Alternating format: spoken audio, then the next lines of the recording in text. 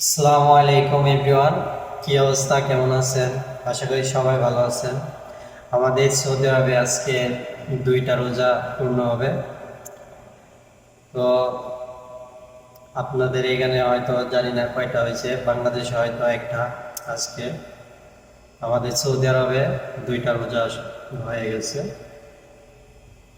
তো রোজা অবস্থায় আশা করি সবাই কোরআন তেলাওয়াত করবেন। রোজা অবস্থায় বেশিক্ষণ না কথা বলাই ভালো। কারণ বেশি কথা বললে কথা ভুল হবে, খারাপ কথা ভালো আসবে মুখ দিয়ে, তো রোজার সমস্যা হবে। তো রোজা তো জানেনই আল্লাহ তাআলার কাছে কতটা প্রিয়, কারণ আল্লাহর জন্যই তো রোজা রাখা। আর সেই রোজার